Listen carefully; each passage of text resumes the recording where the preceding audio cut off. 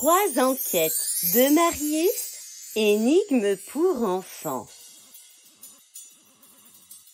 Marius mène l'enquête, le sandwich de Cléa.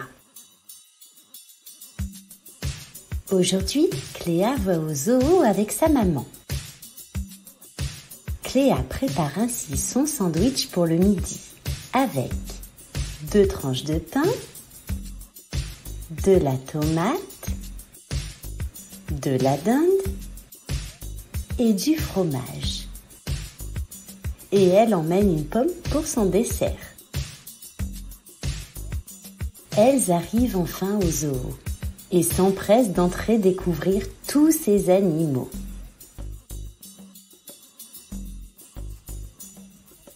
Sur leur gauche, elles s'aperçoivent Farfelu, le tigre. Et un peu plus loin sur leur droite, elles s'avancent vers Fantastique le zèbre. Qu'il est beau avec toutes ses rayures. Oh, mais qui voilà juste derrière? Ratatouille l'éléphant. Il s'éloigne et elles décident de le suivre.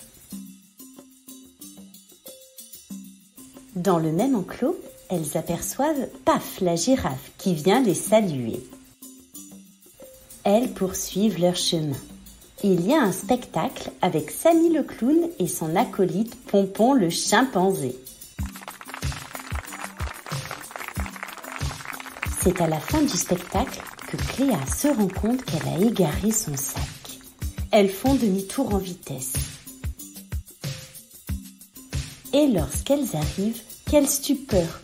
Le sac est ouvert et le sandwich a disparu. Il ne reste à terre que quelques miettes de pain et un bout de fromage. Mais qui a bien pu faire ça? C'est ainsi que Marius est appelé afin de résoudre le mystère. Aide Marius à chercher des indices.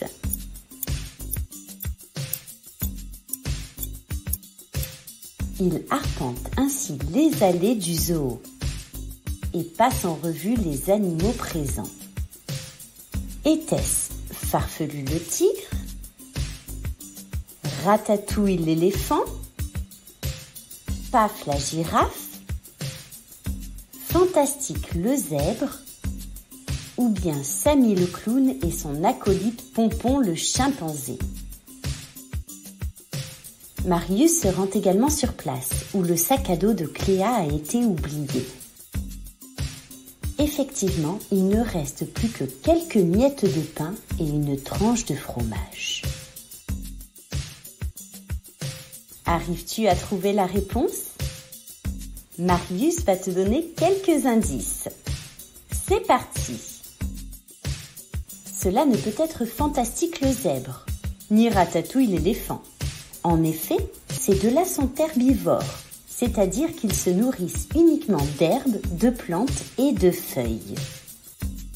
Et cela ne peut être Farfelu le tigre, car bien que carnivore, c'est-à-dire qui mange de la viande, celui-ci n'a pas pu sortir de son enclos pour attraper le sandwich de Cléa. Jette un dernier coup d'œil lorsque Cléa et sa maman entrent dans le zoo. Marius te donne un dernier coup de pouce avant la réponse? Lorsque Cléa et sa maman sont entrées dans le zoo, on pouvait apercevoir Pompon le chimpanzé, qui se faisait prendre en photo et se baladait librement dans le parc. Aussi, lorsqu'il fit son numéro avec Samy le clown, on peut apercevoir une rondelle de tomate qu'il a laissée sur l'estrade.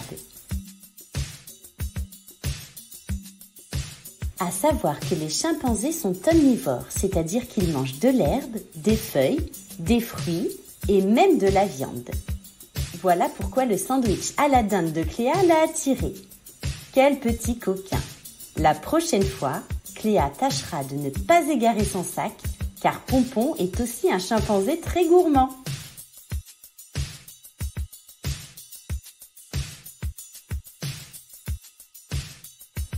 Si vous avez aimé cette énigme, n'hésitez pas à vous abonner à la chaîne. À bientôt!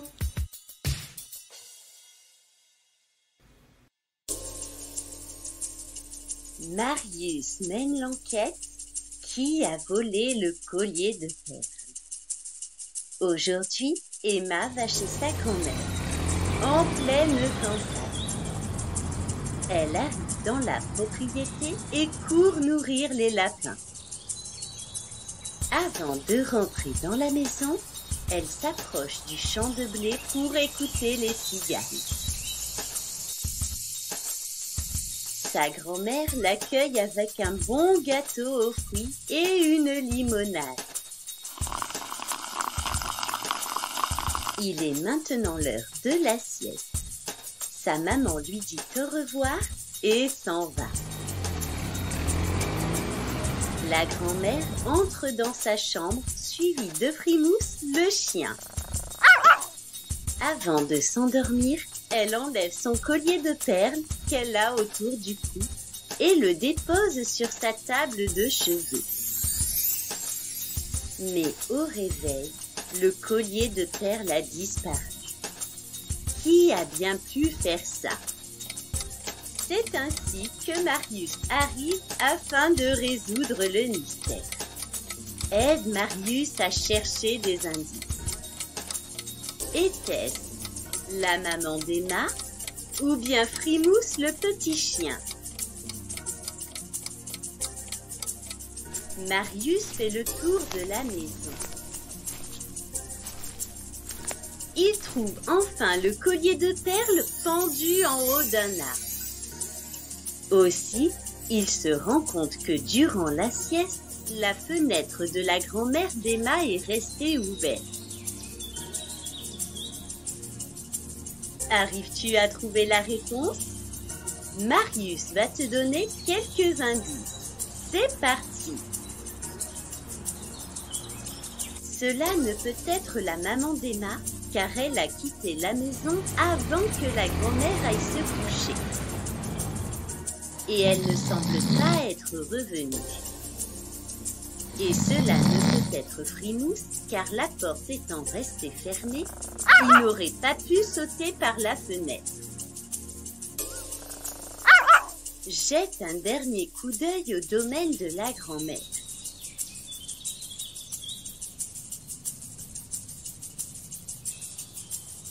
Marius te donne un dernier coup de pouce avant la réponse. En s'avançant près de la fenêtre, Marius a découvert des empreintes. Mais qui a bien pu laisser ces traces? Voilà ce qu'il s'est passé. Lorsque la grand-mère d'Emma s'est assoupie, Lapi, attiré par ce qu'il vit, est entré par la fenêtre et a emporté le bijou.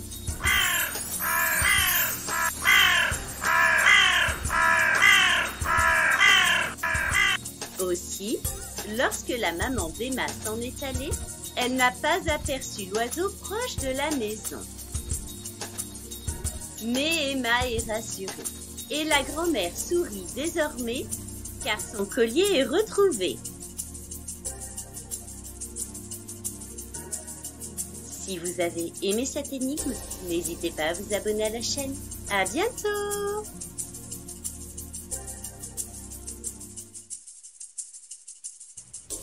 Marius mène l'enquête, le mystère du château de sable.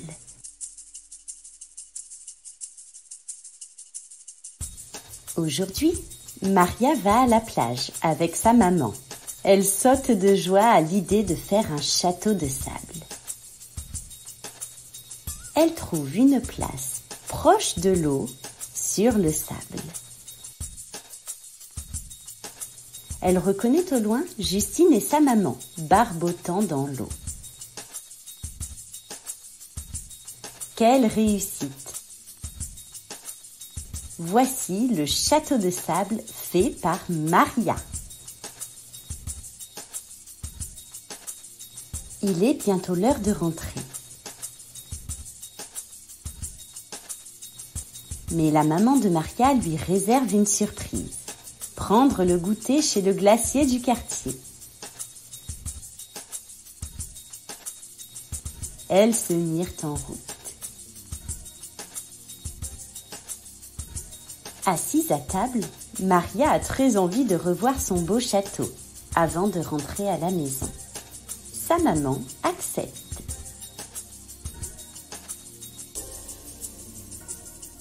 Mais lorsqu'elle arrive à nouveau sur la plage, le château de sable a disparu.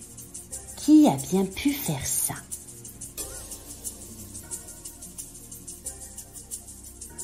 C'est ainsi que Marius arrive afin de résoudre le mystère. Aide Marius à chercher des indices. Était-ce la petite Justine et sa maman?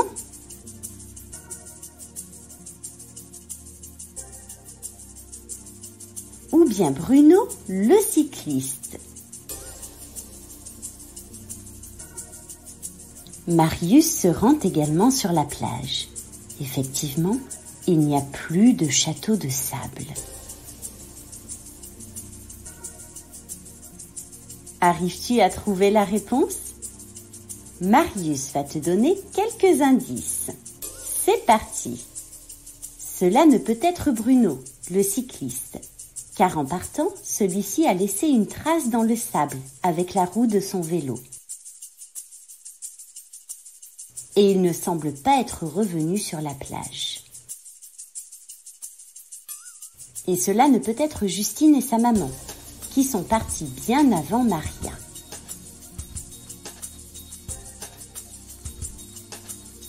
Jette un dernier coup d'œil au château de sable.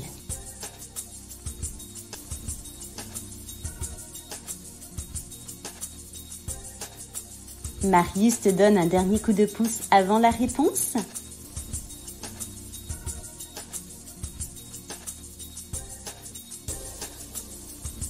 Lorsque Justine et sa maman se sont installées sur la plage, leurs serviettes étaient posées sur le sable, à une certaine distance de l'eau. Un peu plus tard, la serviette de la petite fille semble être bien plus proche de la mer. Mais comment est-ce possible?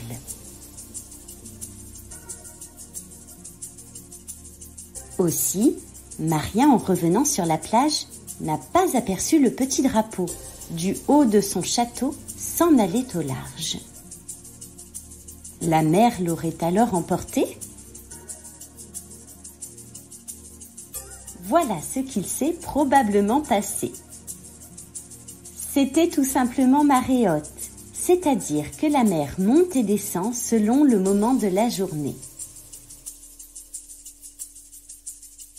L'eau est alors montée jusqu'à engloutir le château de Maria et ainsi emporter son drapeau. Mais Maria est rassurée, elles reviendront très vite sur la plage en construire un encore plus beau. Si vous avez aimé cette énigme, n'hésitez pas à vous abonner à la chaîne. À bientôt!